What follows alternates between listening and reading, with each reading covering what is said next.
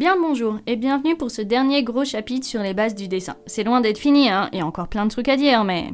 Salut, t'as fini ton blabla de présentation ? Hello tout le monde. Non, j'ai pas encore... Ah, bah dommage. Allez, on enchaîne. Mais... La prochaine fois. Donc, avant de commencer à se lancer à corps perdu dans la théorie, on va passer par une petite étape historique. En effet, il faut comprendre que la représentation en 2D d'une vue de notre œil qui traite les informations en 3D, ce n'est pas très évident au début. Au départ, il n'y avait rien. La représentation à l'ère préhistorique et par exemple en Égypte antique se concentrait sur la représentation des personnages ou du sujet. Même s'ils étaient de face ou de profil, l'idée n'était en rien de se concentrer sur de la profondeur. Les artistes trichent, si on peut dire, par 3 gros jeux. Le chevauchement, les ratios de taille, la perspective atmosphérique, par flou de plan sur la distance des éléments et des jeux de couleurs chaud-froid avec des dégradés. Les choses démarrent vraiment avec Euclide et la géométrie euclidienne, qui essaye par les mathématiques d'apporter une première réponse à la vision d'un espace physique. Parce que malgré ce qu'on pourrait croire, ce ne sont pas les peintres qui furent les premiers à s'attaquer à la perspective, mais plutôt les géomètres, les architectes ou encore les philosophes. Tous tentent de répondre à la question de la profondeur de champ. Et c'est effectivement ça. Comment représenter la profondeur sur du papier et comment fonctionne notre vision pour mieux la reproduire. Plus les objets sont loin, plus ils sont petits. 2 lignes que l'on sait parfaitement parallèles tentent à se rejoindre à travers la distance. Tout ce qui est à hauteur de mes yeux attire ces lignes. Les artistes commencent à s'y pencher et on parle même déjà de trompe-l'œil, cette faculté de représenter l'illusion d'un espace réel. Durant le Moyen-Âge, d'où on possède plus facilement des peintures en bon état, on apprend que les peintres de l'époque jouaient avec les premières lignes obliques. On ne va pas rentrer trop dans les détails car d'autres vidéos le feront certainement mieux. Sachez juste qu'il a fallu pas mal de tests et d'exercices pour en arriver à ce qu'on connaît aujourd'hui. On peut s'arrêter sur 2 choses néanmoins, à Florence, dans les années 1400, parce que, soyons honnêtes, les gars ont géré leur race à l'époque. En premier, l'œuvre de Masaccio, en 1425, qui centralise les lignes de fuite vers le visage du Christ. Un premier avant-goût du point de fuite, qui s'appelle la perspective frontale. Mais surtout, l'expérience de Brunelleschi, un architecte et sculpteur florentin qui, en 1415, joue d'un miroir et de son dessin monté sur une planchette, faisant face au baptistère de la cathédrale de Florence. Cette expérience prouve l'exactitude de son travail, ici, de perspective linéaire ou artificielle, car son dessin se superpose au bâtiment qu'il voit. Il y en a d'autres, mais sachez qu'à l'époque, Florence avait battu des records. Je passe un peu, mais globalement, ça découle sur la perspective oblique, avec 2 points de fuite. Et il y a ensuite la perspective en 3 points de fuite qu'on appelle plongeante et contre-plongeante, ou bien aérienne ou plafonnante. Oui, il y a Trintignant qui dit mieux. Eh bien, il y a mieux, figurez-vous. La perspective curviligne, qu'il serait dommage de ne pas présenter, avec le travail d'Escher, même s'il n'en est pas à l'origine. Il démontrera néanmoins toute la puissance des effets trompe-l'œil et des paradoxes qu'on peut trouver dans l'utilisation des différentes perspectives. Dans tout ce boxon, on a volontairement viré quelques-unes, plus dirigées pour les maths, la géométrie, et on va aborder donc 3 axes. Les perspectives avec les points de fuite. Donc, la frontale avec 1 point de fuite, l'oblique avec 2, et l'aérienne avec 3. Pour le reste, on verra peut-être une autre fois, mais déjà là, c'est du boulot. Si vous souhaitez vous informer plus, je ne peux que vous conseiller d'en faire ce peu. Il y a beaucoup de choses sur le sujet, vous trouverez forcément votre bonheur sous le format qui vous convient. Mais notre discours n'est pas ici aujourd'hui. On va alors essayer de représenter une pièce avec un point de vue classique, c'est-à-dire à travers les yeux d'un personnage. C'est une vue en 3D, donc on se base sur 3 axes, X, Y et Z. Ici, on a un point de fuite, donc une seule des lignes est variable. En revanche, les 2 autres vont toujours rester fixes, l'horizontale et la verticale. Pour représenter la pièce, on va faire un grand rectangle, et pour représenter la hauteur de vision du personnage, on tire une ligne. Tout ce qui va être sur cette ligne sera de la même hauteur que les yeux du personnage. Ok ? Ici, le but c'est pas de représenter exactement une pièce à l'échelle. On essaye juste de comprendre comment est-ce que ça marche. Ensuite, on va fixer le regard sur un point en particulier, comme si le regard du personnage s'était figé à un endroit précis. On va donc poser ce qu'on appelle le point de fuite, sur la ligne d'horizon, comme on a vu tout à l'heure. À partir de là, tous nos objets vont répondre de ce point de fuite. Pour la pièce d'ailleurs, afin de lui construire son volume, on va aligner les 4 points des angles avec le point de fuite. Voilà, ma pièce est mise en volume. Maintenant, on va y intégrer des éléments. Pour faire simple, on va commencer avec des boîtes en carton. Notre personnage vient de s'installer dans sa nouvelle chambre, alors il pose ses cartons dans la pièce. Donc, je dessine un carré. La base va être au milieu de la pièce, à peu près, et en hauteur, Bon, c'est un carton quoi. Si vous avez un doute, souvenez-vous que le personnage a les yeux au niveau de la ligne d'horizon, comme on a déjà dit. Vous calez ses pieds au niveau du bas du carton, et vous pouvez plus facilement imaginer sa taille. Ensuite, on va créer sa perspective. On refait comme avec la salle, et on dirige les 4 angles de notre carton carré vers le point de fuite. L'une des lignes coupe le carré principal. Cela signifie qu'on ne verra pas cet angle. Donc, on ne verra pas la face du dessous, ni la face de droite. Et de derrière. Donc, on voit la face du dessus car nous sommes plus haut que le carton. Et le côté gauche car nous sommes à gauche du carton. On va faire un autre test, mais cette fois au plafond. Notre personnage est extrêmement original et va coller son prochain carton bien en hauteur. Mais non, on n'a qu'à dire que c'est un cube Minecraft, qui fait office d'abat-jour par exemple. On place donc un petit cube au plafond et au milieu cette fois. Lorsqu'on trace nos lignes vers le point de fuite, 2 d'entre elles sont cachées. Et comme le premier, on trace au pif la face arrière du cube. Au passage, il y a une manière de calculer exactement si c'est bien un cube dans la perspective. Mais c'est un truc de maths avec une triangulation. Donc vous irez voir si ça vous intéresse. Moi, perso, je m'en passe bien volontiers. Et moi aussi. Et pour revenir à notre cube suspendu, vu qu'il se situe plus haut que mon personnage, je vois la face du dessous. On va maintenant mettre une fenêtre sur le mur de gauche. Oui, notre personnage est un geek, mais il aime quand même l'extérieur. Enfin, juste la nuit. On trace donc un premier trait qui va illustrer la hauteur de notre fenêtre. Trait qui sera à la fois en dessus et en dessous du regard de notre personnage, et par extension, une nouvelle fois, de la ligne d'horizon. Le processus est un petit peu différent cette fois, parce qu'on commence par tracer les lignes reliant le point de fuite. Une nouvelle fois, si vous êtes perdu, déplacez le personnage. Vous avez juste à prolonger la ligne de la fenêtre pour trouver le point où mettre ses pieds. Si on veut maintenant tracer l'ouverture de la fenêtre, on va passer par 2 étapes. La première qui consiste à tracer une croix reliant les angles de la fenêtre pour avoir son milieu dans la perspective, et la deuxième qui consiste simplement à tracer le 3e trait vertical pour illustrer son ouverture. Bon, juste pour continuer à s'amuser, je vous détaille pas tout cette fois, on a globalement dit le plus gros. Je vais tracer un canapé au fond de la pièce. Pour que ce soit plus simple, je vais délimiter son emprise au sol pour commencer. Qu'on verra pas d'ailleurs. Hein. J'ai déjà 2 des arêtes. Je complète avec les 2 restantes. L'une horizontale et l'autre, suivant la perspective. Je monte mon volume avec ces lignes verticales. Je me base sur l'arête du fond pour tracer ma première ligne. Et je complète avec le point de fuite.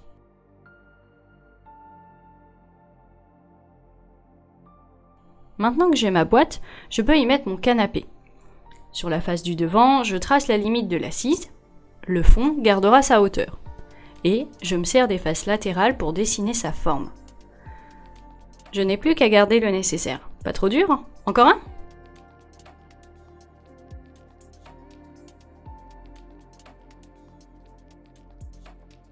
Pour finir, on va dessiner une table qui sera très proche de notre personnage, comme s'il pouvait poser ses mains dessus. On va donc faire comme le canapé, en dessinant son emprise au sol. Comme elle est trop proche, on ne verra donc pas la face avant cette fois, juste le dessus et le côté. On trace maintenant l'emplacement des pieds.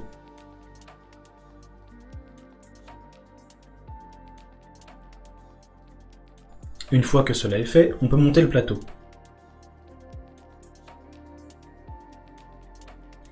On trace maintenant 2 lignes verticales pour tracer l'horizontale. Comme pour la fenêtre, on part de cette première ligne pour tracer les suivantes via le point de fuite.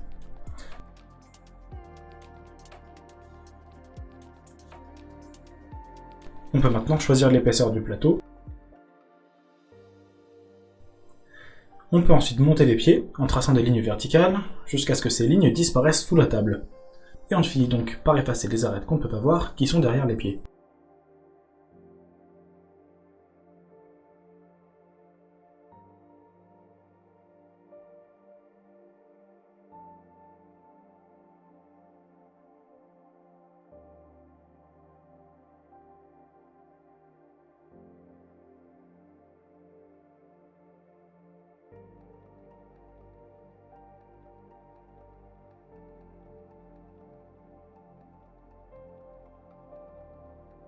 Voilà, on a déjà fait un très gros tour d'horizon. Après, évidemment, on peut bouger notre point de fuite comme si on regardait dans une autre direction. Et on peut aussi déplacer la ligne d'horizon, comme si notre personnage était à genoux, ou s'il avait des échasses. Avant de passer à la perspective en 2 points de fuite, voyons juste la cadence. C'est-à-dire si je dois dessiner une suite de poteaux électriques sur une route et que je veux garder le même espacement. Oui, c'est toujours le même exemple que l'on donne. Je dessine rapidement ma route, en suivant le point de fuite. Je dessine le premier poteau, et dans sa hauteur, les lignes de fuite pour toutes les autres hauteurs. Je m'en sers d'ailleurs pour positionner mon second poteau avec l'espacement qui me convient. Pour pouvoir continuer à garder le rythme, je trouve le milieu du premier ou du second poteau, et je trace ma ligne jusqu'au point de fuite. Je me base ensuite sur le bas du premier poteau pour rejoindre la ligne médiane du second, et obtenir ainsi le point le plus haut du troisième, et tirer donc la ligne verticale de celui-ci. Et ainsi de suite.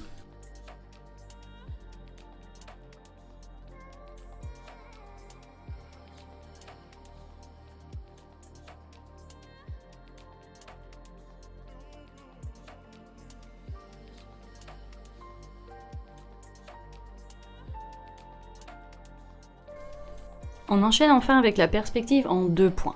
Pour reprendre notre petite aide, cette fois il y a 2 lignes variables, et la troisième, la verticale, restera fixe. Globalement, on a déjà tous les outils. On trace une ligne d'horizon, et on y place cette fois 2 points de fuite. On va partir dans l'idée de représenter 2 ruelles, en se situant dans l'angle de celle-ci. Je trace donc une première ligne verticale qui va représenter l'angle des ruelles. Tout ce qui part vers la gauche sera lié au point de fuite de gauche et ce qui part à droite au point de fuite de droite.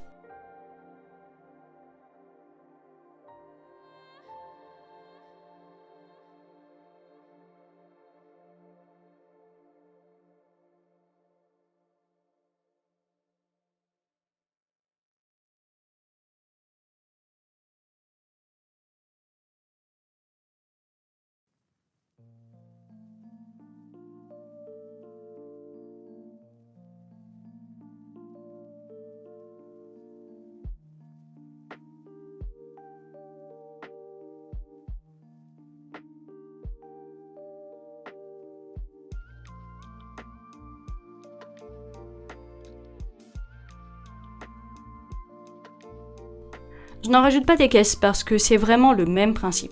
Hormis que lorsque je vois la face de droite d'un bâtiment visuellement à gauche, celle-ci utilise le point de fuite de droite, et inversement de l'autre côté. On peut ajouter à notre dessin un trottoir. Pour ce faire, on va simplement descendre la première ligne verticale que l'on avait tracée pour délimiter celui-ci. On aura juste à le relier aux 2 points de fuite et de refaire en version plus fine la même chose pour dessiner son épaisseur. Et pour en rajouter encore un petit peu, on va s'imaginer une voiture dans la ruelle de gauche. Alors, évidemment, on va pas tout détailler. On peut pas dire qu'une voiture en perspective soit le premier truc qu'on apprenne. On va néanmoins essayer de le faire via une grosse boîte. On va donc commencer par tracer une ligne verticale, écartée du trottoir, qui déterminera la hauteur de la boîte. On s'occupe d'abord de la face avant, en traçant des lignes de fuite via le point de fuite de droite. On trace ensuite les lignes de fuite vers le point de fuite de gauche pour déterminer les faces latérales pour estimer sa longueur. Et on referme la boîte d'abord avec la ligne verticale qui ne change jamais, et l'horizontale enfin qui se basera toujours sur le point de fuite de droite.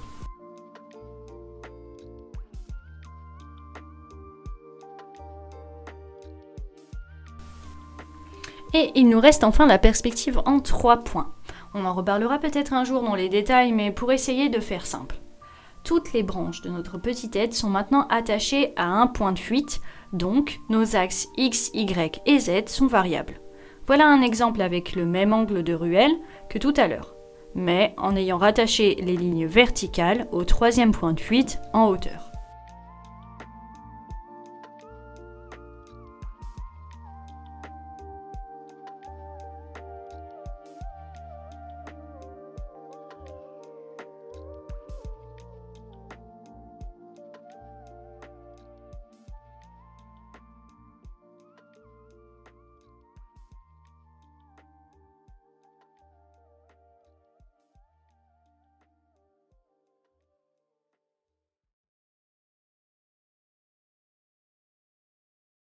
Ça fait beaucoup d'informations, et si vous semblez submergé par toute cette masse, sachez que c'est normal. Il faut s'entraîner beaucoup et doucement sur chaque étape pour correctement apprendre à maîtriser ces outils. On va passer, avant de finir, à des références pour... Attends, juste un dernier truc. Bon, juste encore un alors. Ah yes. On a vu comment faire des boîtes, mais vous vous demandez sûrement comment on fait pour y dessiner concrètement des choses. Un canapé, une voiture, ou même un personnage. Attends, ça va pas un peu trop nous prendre de temps, ça? Si. Il serait peut-être mieux de se prévoir une autre vidéo? Non mais j'en ai pour à peine, allez, 15-20 minutes, je pense.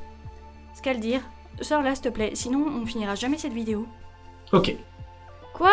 Mais c'est moi qui écris le texte et les animations, vous pouvez rien faire contre moi.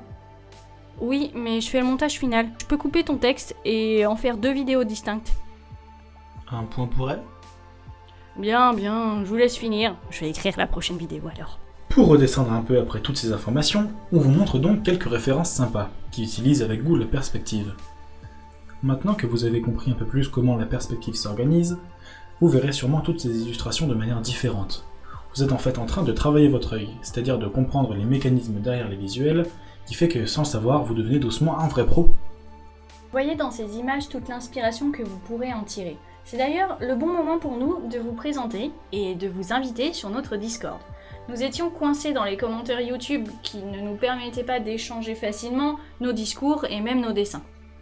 Avec ce channel Discord, vous pourrez échanger, partager vos dessins, trouver des conseils et en donner, dessiner avec une communauté, et nous-mêmes évidemment. On a vraiment hâte de vous y retrouver.